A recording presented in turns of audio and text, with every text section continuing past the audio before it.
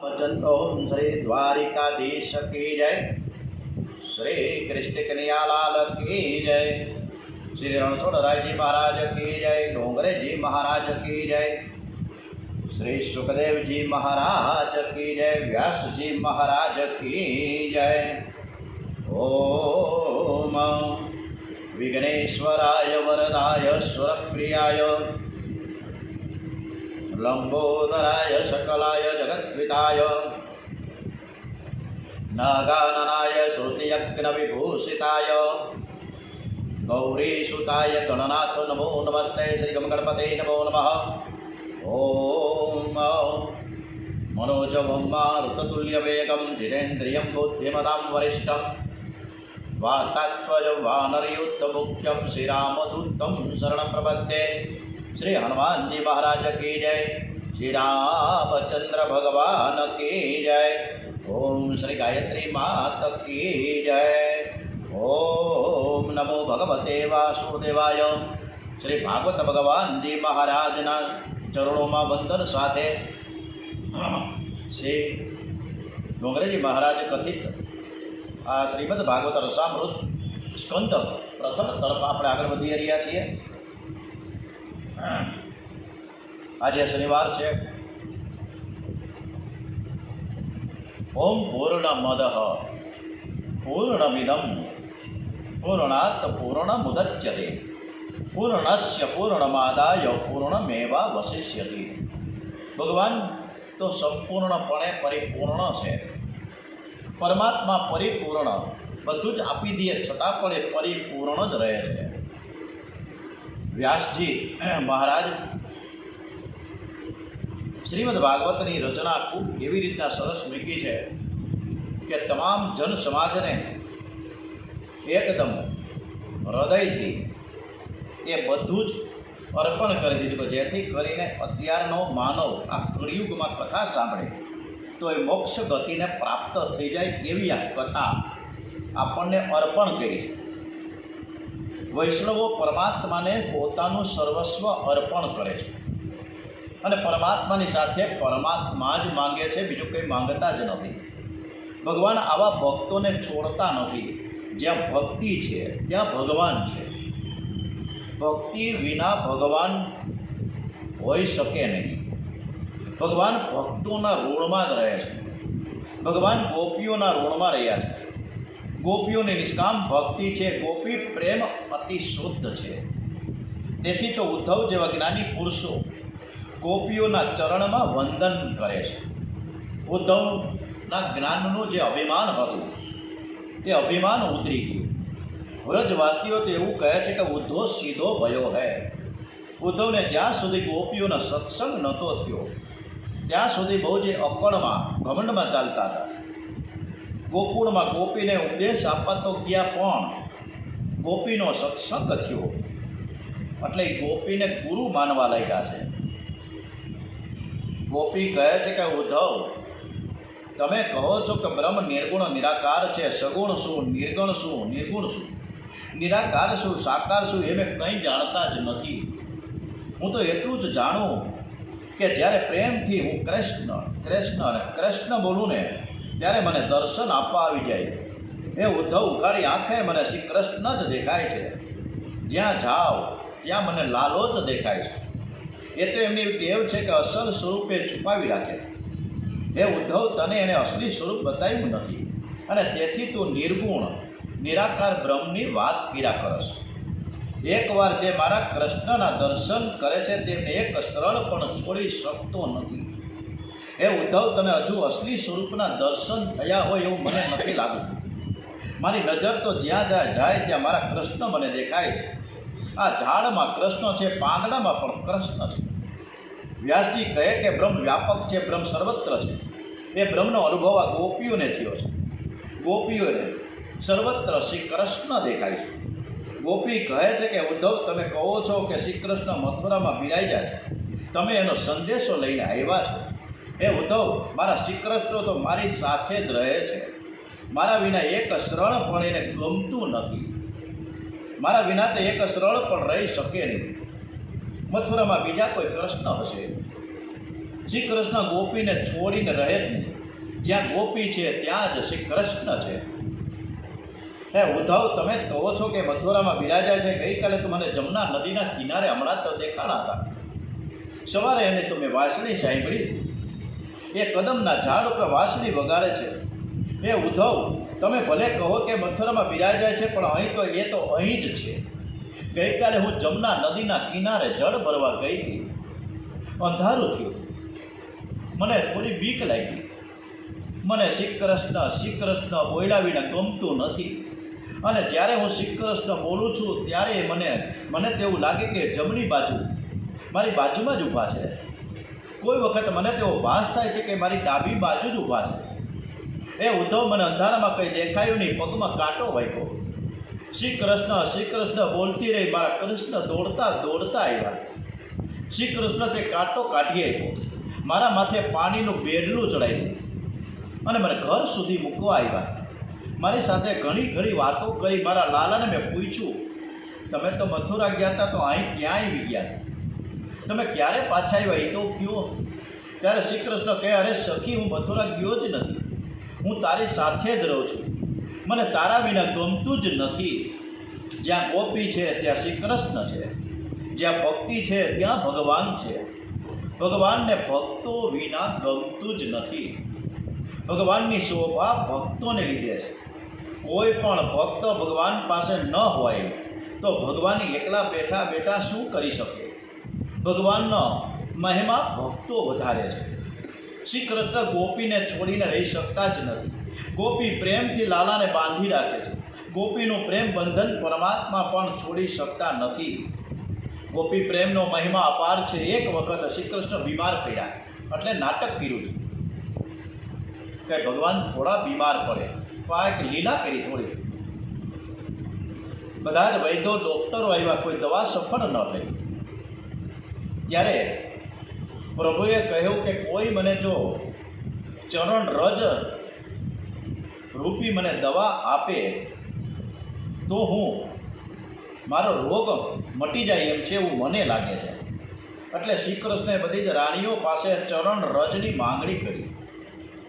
સૌ રાણીઓને ખૂબ જ આંચકો લાગ્યો કે અમારા પ્રાણનાથને અમે ચરણ રજ અમારી આપીએ તો મોટું બધું પાપ લાગ્યું અને અમારે નરકમાં જવું પડે. નરકમાં જવા કોણ તૈયાર થાય? બીજાઓ પાસે પણ માંગણી કરવાની, પણ પોતાના ચરણોની રજ આપવા માટે કોઈ તૈયાર થતું ન હતું. ગોપીઓ સુધી આ વાત પહોંચી છે, દોડતી આવી છે કે જો અમારા પ્રભુ સારા થતા હોય, અમારો કાનુડો, અમારો કૃષ્ણ સારો થતો હોય તો અમે અમારા ચરણની રજ આપવા અમે તૈયાર જ છીએ. એ માટે અમારે જે કદાચ દુઃખ ભોગવવાનું થશે તો ભોગવી લઈશું. કદાચ અમારે નરકમાં જવાનો વારો આવે ને તો નરકમાં જવા પણ અમારી તૈયારી છે, પણ મારો કનૈયો સુખી થાય. ગોપીઓએ ચરણ રજ આપી. શ્રી કૃષ્ણનો રોગ મટી ગયો. સાચા નિષ્કામ પ્રેમની પરીક્ષા થઈ. નિષ્કામ ભક્તિ ભગવાનને પ્રસન્ન કરે છે. ગોપીઓની જેમ નિષ્કામ ભક્તિ કેળવો. ભક્તિ જેવો આનંદ છે ને મુક્તિમાં નથી. મુક્તિ તો એ ભક્તિની દાસી છે. ધન વૃંદાવન ધન એ લીલા, ધન એ વ્રજના વાસી રે. અષ્ટમહાસિદ્ધિ આંગળીએ ઊભી, મુક્તિ છે એમની દાસી રે. ભૂતળ ભક્તિ પદાર્થ મોટું, બ્રહ્મલોકમાં નાહી રે. ભગવાનના સેવા સ્મરણ કરતાં જે દેહભાન ભૂલે છે ને, ત્યારે મુક્તિ પણ એની પાછળ આવે છે. મત્સર કરનારા આ લોક અને પરલોક બંનેને બગાડે છે. મનમાં મત્સરને રાખશો ને, મનમાં રહેલા મત્સરને કાઢશો તો મનમોહનનું સ્વરૂપ મનમાં ઠસી જશે. મન શુદ્ધ રાખો, નિર્મસ્તર બનો. કોઈ જીવ પ્રત્યે કુભાવ રાખશો તો ઈશ્વર પ્રત્યે કુભાવ રાખ્યા બરાબર ગણાશે. જેવી ભાવના તમે બીજા માટે રાખશો એવી ભાવના તે તમારા માટે રાખશે. બીજા સાથે વેર કરનારો પોતાની સાથે જ વેર રાખે છે, કારણ કે સર્વના હૃદયમાં ઈશ્વર રહેલો છે. મનુષ્ય નિર્મસ્તર ન બને ત્યાં સુધી તેનો ઉદ્ધાર થતો નથી. આ કથા એવી મધુર છે કે એના પાપ બને છે. એના ભગવાનમાં, એના હૃદયમાં ભગવાનનો પ્રવેશ થાય છે. કથાના સિદ્ધાંત યાદ રાખીને જીવનમાં જે ઉતારવામાં આવે સતત ભક્તિ કરવામાં આવે તો એ માણસ તરી જાય. જાણવું એ બહુ કઠણ નથી, પણ જીવનમાં ઉતારવું એ કઠણ છે. કથા કરનાર ઘણા છે, કથા કરાવનાર, કથા સાંભળનાર આપણે અનેક ગણા આ દુનિયામાં છે, પણ કથાનો એક સિદ્ધાંત જીવનમાં ઉતારીને સતત ભક્તિ કરનારા બહુ જ ઓછા છે. એકલા સુશુભ્રી નહીં, પરંતુ કૃતુભિઃ બનો. ભક્તિ રસનું, પ્રેમ રસનું પાન કરો. ભક્તિ પ્રેમમાં મન તરબોળ રાખો. ભક્તિમાં સંતોષ ક્યારેય ન માનો. ભક્તિની સમાપ્તિ ક્યારેય થાય જ નહીં. તમારાથી બને તો ભોગની સમાપ્તિ કરો. બહુ સુખ ન ભોગવું. સર્વ પ્રકારનું સુખ અનેકવાર ભોગવું, પણ આજ સુધી મને શાંતિ મળી નથી. મારે હવે સુખ ભોગવવું નથી. મનથી આવો નિશ્ચય કરો. પરમ પવિત્ર નૈમિષ સારણ્યમાં 88,000 ઋષિઓનું બ્રહ્મસત્ર થયું છે. ઋષિઓને સ્વર્ગનું સુખ ભોગવવાની ઈચ્છા નથી. એમને તો ભગવાન નારાયણના ચરણમાં જવાની ભાવના છે. આ બધા જ ઋષિઓ અગ્નિહોત્રી, તપસ્વી, બ્રાહ્મણો છે. અગ્નિ મનને શુદ્ધ કરે છે, તેથી અગ્નિનું નામ છે પાવક. પાવયતિ યહ સહ પાવક. સંસારના બધા જ વિષયો પ્રેય સ્વરૂપ છે. એ કાયમને માટે કોઈને પ્રિય લાગતા નથી. થોડો સમય ગમે અને પછી થોડા સમય પછી અણગમો શરૂ થઈ જાય, પછી મન ત્યાંથી હટી જાય. આ કુલ કર્મ એટલે ગમશે નહીં. આનંદમય પરમાત્મા શ્રેય છે. આનંદ સર્વને જોઈએ છે, એ સર્વકાળને જોઈએ છે. પરમાત્મા શ્રેય સ્વરૂપ છે. ભગવાન શ્રી કૃષ્ણ વિના બધું જ શ્રણિક છે, દુઃખરૂપ છે.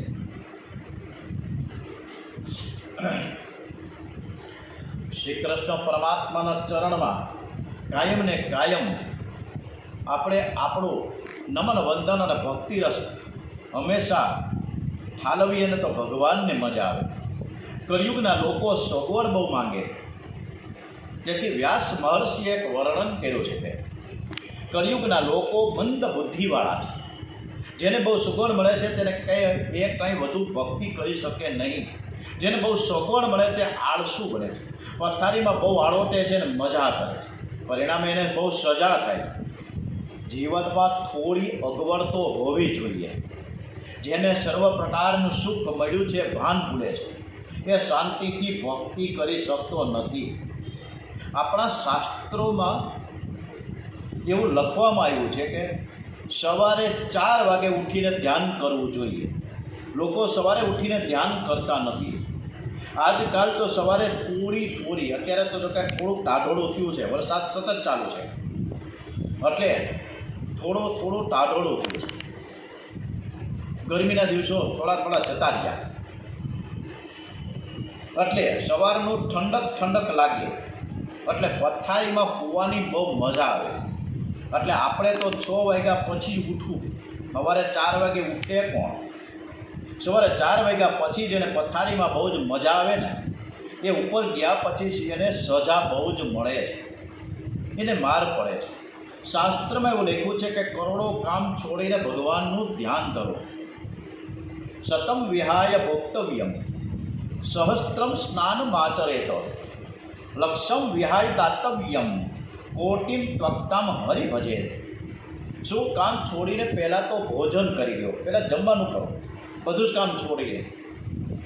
અત્યારે કામમાં એટલા બધા માણસો વ્યસ્ત થઈ ગયા કે સાંજના 4 વાગ્યા સુધી એનું ટિફિન એમને પડ્યું છે. એટલે 100 કામ છોડીને પહેલાં ભોજન કરો, 1000 કામ છોડીને સ્નાન કરી લો, અને 1,00,000 કામ છોડીને તમે દાન કરો.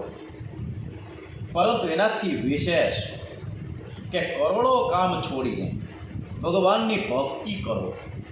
કેટલાક એવા હોય છે કે ઘરમાં બધું જ કામ પૂરું થયા પછી સવારના 10 વાગ્યા પછી માળા લઈને બેસે, અને જ્યાં માળા લઈને હજી તો અડધી પૂગી હોય ત્યાં તો નિંદ્રા દેવી દોડતી આવે.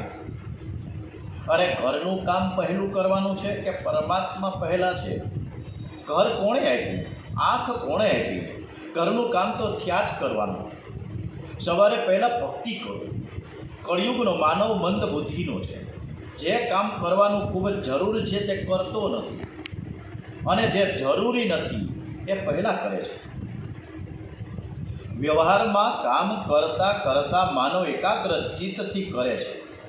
વ્યવહાર કરવો તો એકાગ્ર ચિત્તથી કરે, એમાં કાંઈ તકલીફ નથી. સેવા પૂજા અને પાછો એ સાવધાન થઈને કરે. વ્યવહાર કરવો છે સાવધાન થઈને કરે. પણ ભગવાનની ભક્તિ એવી રીતે એકાગ્ર ચિત્તથી કોઈ કરતું નથી.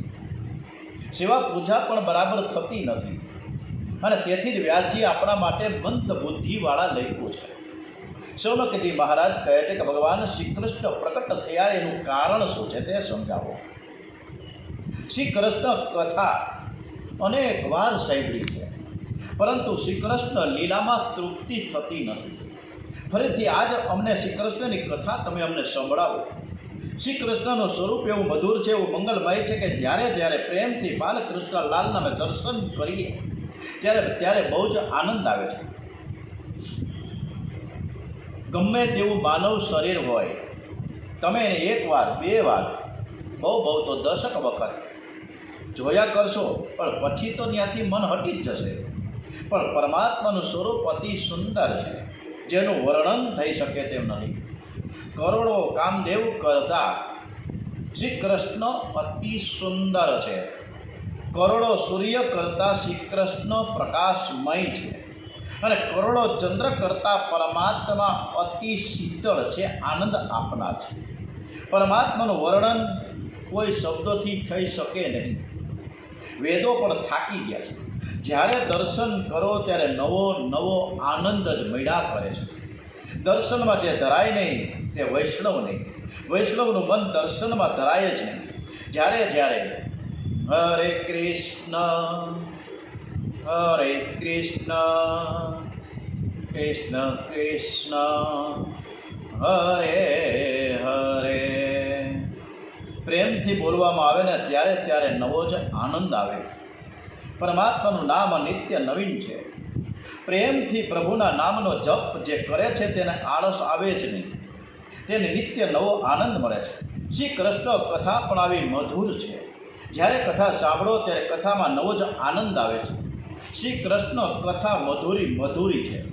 વક્તા પ્રેમથી વર્ણન કરે અને શ્રોતા પ્રેમથી શ્રવણ કરે તો જ્યારે કથા આપણે સાંભળીએ ને ત્યારે નવો જ આનંદ આવે છે. એટલે છેલ્લે 2017થી આપણી આ કથા દરરોજ આપણે સાંભળીએ છીએ, વાંચીએ છીએ. વારંવાર નિત નવો આનંદ આવે છે. નવું જાણવા મળે છે કે જાણે આપણે પહેલી વાર આ કથા કેમ વાંચતા હોય, સાંભળતા હોય એવું જ લાગે છે. એટલે જ આ કથા છે ને ડોંગરેજી મહારાજ, સુખદેવજી મહારાજ કહે છે કે બહુ જ મધુરી આ કથા છે. અને ભગવાનનું નામ પણ એટલું જ મધુર છે. શ્રી કૃષ્ણ, રામ, શિવજી નામ લેવામાં આવે તો આનંદ આવી જાય. મધુરમાં મધુર છે ને મંગલમાં મંગલ, પરમ પવિત્ર છે હરિ નામ કેવલ. બ્રહ્માથી માંડી સહુ માયામય છે, ફક્ત એક સત્ય માતાએ બંધુ. જે શીખવાડ લેવા હરિ નામ કેવલ, ન વિશ્વાસ ક્યારે ખૂટે શ્વાસ મારે. બચપણથી લેવું હરિ નામ કેવલ, કરે પ્રેમ ભક્તો ભજન ધૂન કીર્તન. અને જ્યારે પ્રભુ અને આપણે આ સરસ મજાનું હરે કૃષ્ણ કૃષ્ણ કૃષ્ણ હરે હરે હરે રામ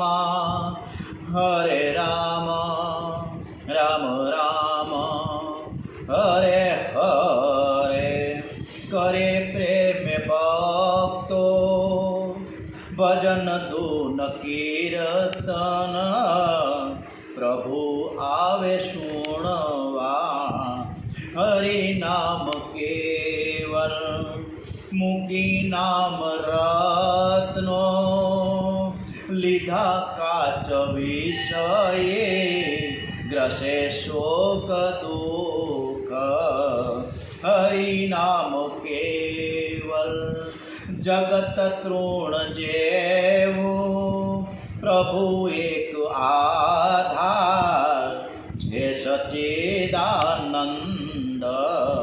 હરિ નામ કેવલ મધુરમાં મધુર છે ને મંગલમાં મંગલ પરમ પવિત્ર છે હરિ નામ કેવલ.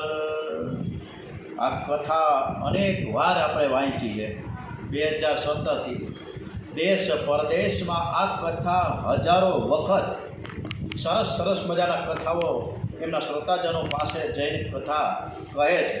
છતાંય પણ આ કથા બધાને સાંભળવી ગમે છે, કારણ કે કથા મધુરી છે. જગતમાં જ્યારે અધર્મ વધી જાય છે ને ત્યારે ભગવાન પધારે છે. હવે જ્યારે શ્રી કૃષ્ણ સૌદામ પધાર્યા છે ને ત્યારે ધર્મ કોને શરણે ગયો એ અમને કહો. અધર્મ જ્યારે વધી જાય છે ત્યારે ધર્મનું શું થાય છે? ધર્મ ક્યાં રહે છે? આ પહેલા અધ્યાયને પ્રશ્ન અધ્યાય કહેવામાં આવ્યો છે. આ અધ્યાયમાં અનેક પ્રશ્નો છે. હવે સૂતજી કથાનો આરંભ કરે છે. કથાના આરંભમાં નર નારાયણે વંદી નરોમાં જે નરોત્તમ વંદી સરસ્વતી વ્યાસ પછી આરંભવો જય. આ જગતના માલિકદેવ શ્રી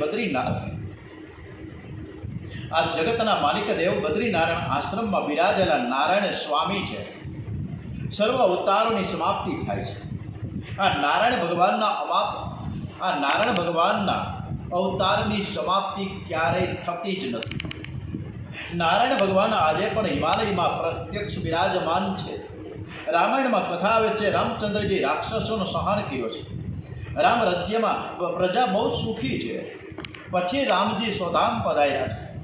અયોધ્યાજીમાં સરયુ નદીના કિનારે ઘાટ છે અને તેનું નામ છે ગુપ્ત ઘાટ.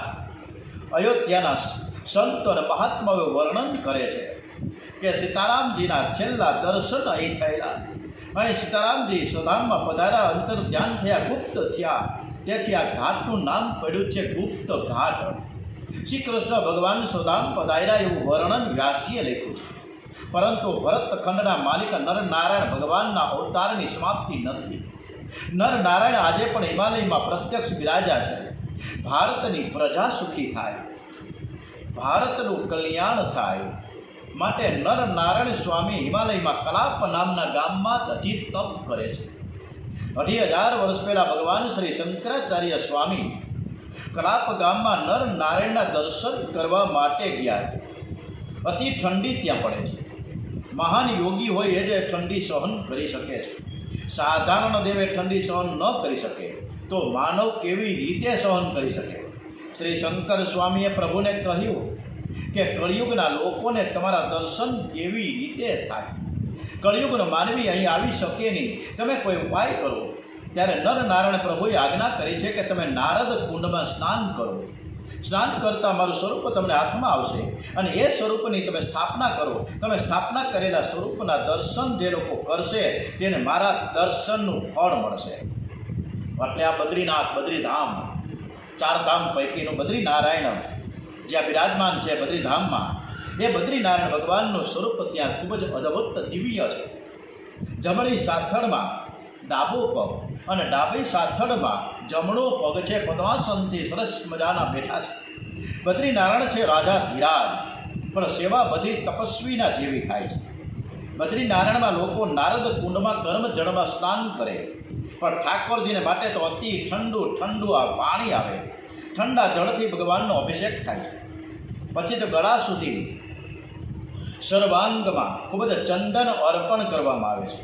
જ્યારે મુખિયાજીને એક વ્યક્તિએ પૂછ્યું કે મહારાજ, અહીં ઠંડી બહુ જ પડે છે, ઠાકરજીનું શ્રીઅંગ બહુ જ કોમળ છે, અને તમે આ ઠંડીમાં આટલું બધું ઠંડા પાણીથી સ્નાન કરાવો અને પછી આટલું બધી આ ઠંડકવાળું ચંદન અર્પણ કરો તો ભગવાનને શરદી ઉધરસ થઈ જાય, ભગવાનને ઠંડી લાગી જાય. ત્યારે મુખિયાજીએ કહ્યું કે મહારાજ, બદ્રીનારાયણ ભગવાન આખો દિવસ તપ કરે છે, બહુ ધ્યાન કરે છે, તેથી શ્રી અંગમાં ગરમી બહુ જ વ્યાપી જાય છે.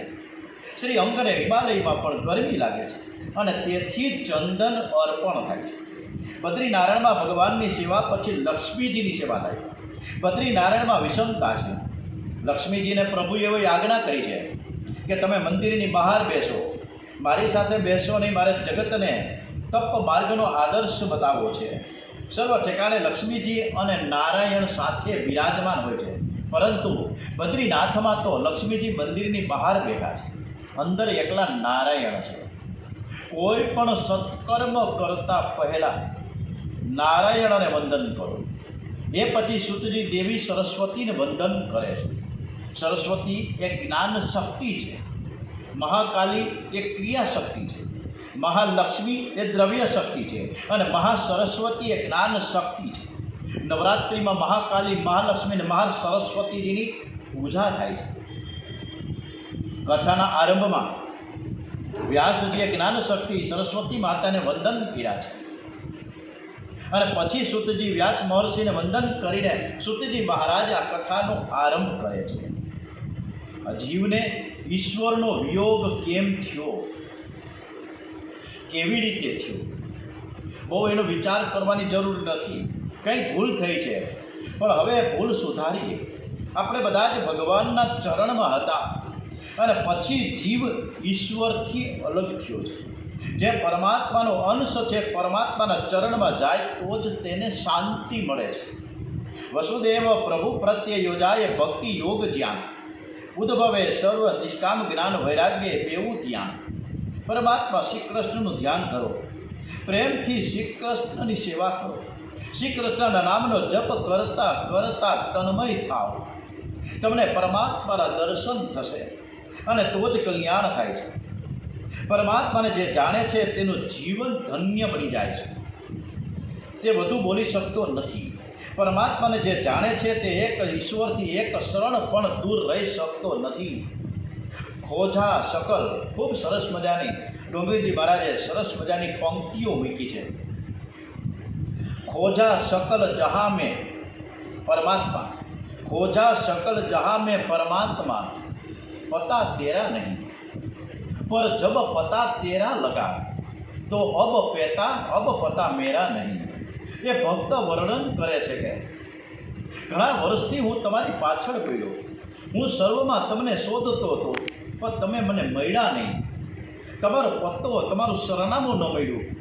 પણ જ્યારે તમારા દર્શન થયા અને પછી હું રહ્યો નહીં, મેં હું પણ છોડી દીધું. પ્રેમ અતિશય વધ્યા પછી હું અને તું રહેતા નથી. પ્રેમ ગલી અતિ શંકરી, પ્રેમની ગલી અતિ સાંકળી છે, ત્યાં બે રહી ન શકે, બંને એક થઈ જાય છે. શૌનક મુનિજીએ શુદ્ધજીને સુંદર પ્રશ્ન કર્યો છે. ભગવાનની ભક્તિ કરીએ છીએ પણ આનંદ કેમ મળતો નથી? ભક્તિ કરીએ અને આનંદ ન મળે તો સમજવું કે ભક્તિમાં કંઈક આપણી ભૂલ થઈ છે. ભક્તિ બરાબર કરે એને આનંદ મળવો જ જોઈએ. બરફને સ્પર્શ કરવામાં આવે તો ઠંડક લાગે છે. પરમાત્મા આનંદમય છે. આનંદમય પરમાત્માની ભક્તિ કરે એને આનંદ મળે જ છે. કેટલાક તનથી ભક્તિ કરે છે, કેટલાક ધનથી ભક્તિ કરે છે, પણ મનથી ભક્તિ કરનાર ભક્તજનો બહુ જ ઓછા છે. તેથી ભક્તિમાં આનંદ આવતો નથી. ભક્તિમાં તન અને ધન ગૌણ છે, મન મુખ્ય છે, ભાવ મુખ્ય છે. માનવ ભક્તિ ઘણા ભાગે ક્રિયાત્મક કરે છે. ભક્તિ જ્યારે ભાવાત્મક થાય ત્યારે આપણને અતિશય આનંદ મળે છે. મનથી ભક્તિ કરનારને આનંદ મળવો જ જોઈએ. પણ માનવ મનથી ભક્તિ કરતો નથી. આપણે ફક્ત ક્રિયાત્મક જ સેવા પૂજા કરીએ છીએ. મન ક્યાંકનો ક્યાંક ભાગી જાય છે અને એમને આપણે ભગવાનની સેવા પૂજા કર્યા કરીએ પણ મન તો લાગતું જ નથી. સુખદેવજી મહારાજના મુખથી જે કથા સાંભળી હતી એ જ કથા ડોંગરેજી મહારાજ આપણને આ કથા સંભળાવે છે. હવે આગળની કથા આપણે આવતીકાલે સવારે ફરીથી 8 વાગે મળીશું ત્યારે કરીશું. દરેક શ્રોતાજનો જ્યાં જ્યાં કથા સાંભળે છે એ પ્રેમથી જો આપણને ગમતી હોય તો એ કથા આ યુટ્યુબની જે કથા છે બીજાને તમે ફોરવર્ડ કરો તો એ કથા સાંભળશે ઘર ઘર સુધી. વારંવાર એક શબ્દ હું વાપરું છું કે કોઈએ મને સબસ્ક્રાઈબ કરવાનું નથી, કોઈએ મને લાઈક નથી કરવાનું, કોઈએ નહીં, બિલકુલ નહીં.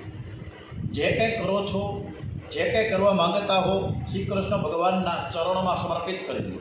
એમને કરો સબસ્ક્રાઈબ, એમને લાઈક કરો. મને જરૂર નથી, મારે બિલકુલ જરૂર નથી. આપણે ભગવાનની બસ સરસ મજાની કથા વાંચીએ અને સાંભળીએ અને આનંદ કરીએ. ઓમ શ્રી કૃષ્ણ કનૈયાલાલ કી જય. ઓમ નમો ભગવતે વાસુદેવાય. ઓમ શ્રી ભારત માતા કી જય. ઓમ શ્રી ભાગવત ભગવાનજી મહારાજ કી જય. ડોંગરેજી મહારાજના ચરણોમાં વંદન સાથે, સુખદેવજી મહારાજના ચરણોમાં વંદન સાથે આજની કથાને સમાપન કરતા હવે પછી આપણે સરસ મજાની શ્રીમદ ભાગવત કથા સાતક સંજીવની તરફ જઈએ. ઓમ શ્રી કૃષ્ણ કનૈયાલાલ કી